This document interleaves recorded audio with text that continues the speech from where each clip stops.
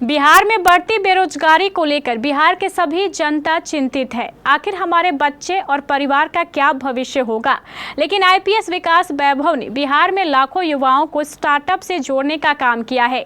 बता दें कि आज पटना में स्टार्टअप समिट 2024 के मंच पर एमएसएमई मंत्री जीतन राम मांझी मुख्य अतिथि के तौर पर विराजमान रहे।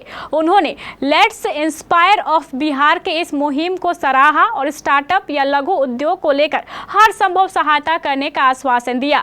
देखिए पटना से यह रिपोर्ट। नमस्कार, आप देख रहे हैं केबीसी न्यूज़। मैं हूं अमलेश आनंद। बता दूं कि आज विकास वैभव जो आईपीएस हैं, विकास वैभव जी, उन्होंने उनकी एक संस्था है लेट्स इंस्पायर बिहार, उसके तहत उन्होंने तकरीबन हज़ारों युवा को एक स्वरोज़गार से जोड़ने का एक अवसर प्रदान करने का काम किया है, जिसके लिए एक स्टार्टअप के तौर पे आज एक मेगा सेमिनार रखा था।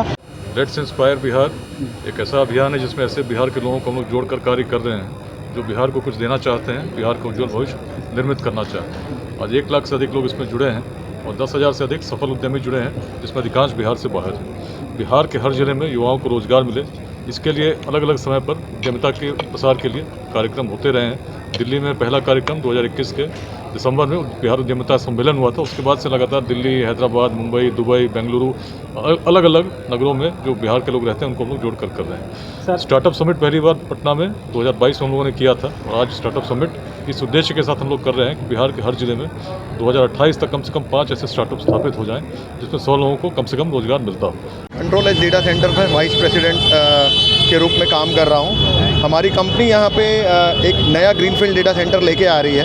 कौन सा कंपनी है सर, नाम बताइए? Control S data centres limited. बन सकता है आपके कंपनी से? हाँ, हमारे कंपनी से बिहार में रोज़गार बहुत सारे हो सकते हैं। जैसे में वर्कर लोग हर अपने एरिया से जुड़ सकते हैं और अपने ही एरिया में काम कर सकते हैं। साथ में हमारे साथ बहुत सारे इंजीनियर्स जुड़ के काम कर सकते हैं।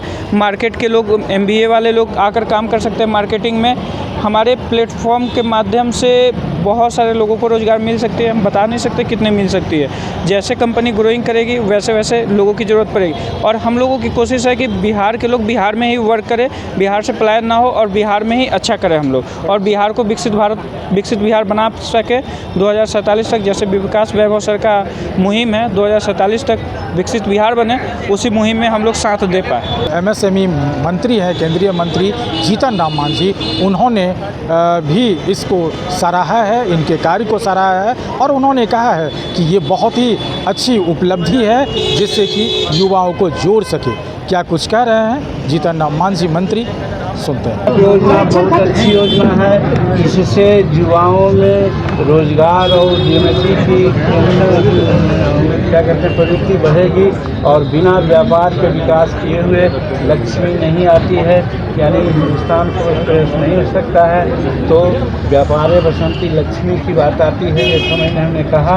और उत्तम खेती मध्यम बांध भी तो बांध का भी मतलब व्यापार का भी महत्व बहुत बड़ा है और स्टार्टअप 2024 का डेवलप भी कर रहे हैं, बहुत अच्छा काम कर रहे हैं। इस माध्यम से बिहार को बहुत फायदा होगा। बिहार में तो आपने सुना जीतन राम मांझी और इस कार्यक्रम के बारे में क्या कुछ कहा।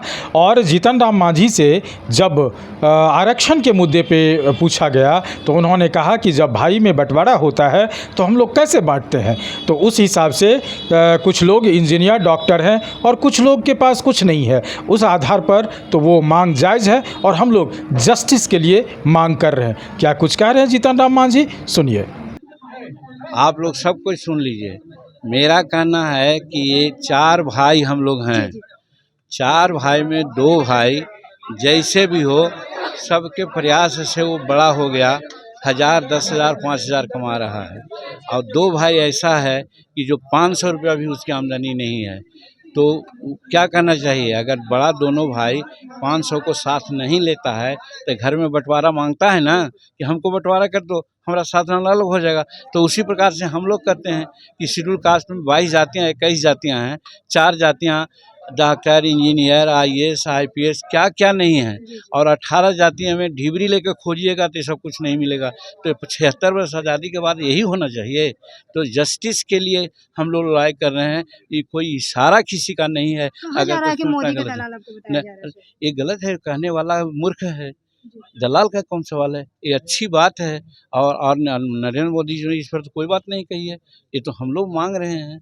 नरेंद्र मोदी जी तो कहना चाहिए था सुप्रीम कोर्ट का आदेश आया तो सुप्रीम कोर्ट को दलाल आप लोग कहिए। तो आपने सुना जीतन राम मांझी ने कितनी सफाई से पत्रकारों के सवाल का जवाब दिया, और इस हिसाब से जीतन राम मांझी के बारे में कहा जाता है कि उन्होंने विरोध नहीं करके सपोर्ट किया है। लेकिन जीतन राम मांझी का कहना है कि जो नरेंद्र मोदी जी को स्वीकार है और वो सबके हक की बात करते हैं, वो हम लोग को भी मान्य होगा। केबीसी न्यूज़ पटना के लिए अमलेश आनंद की रिपोर्ट।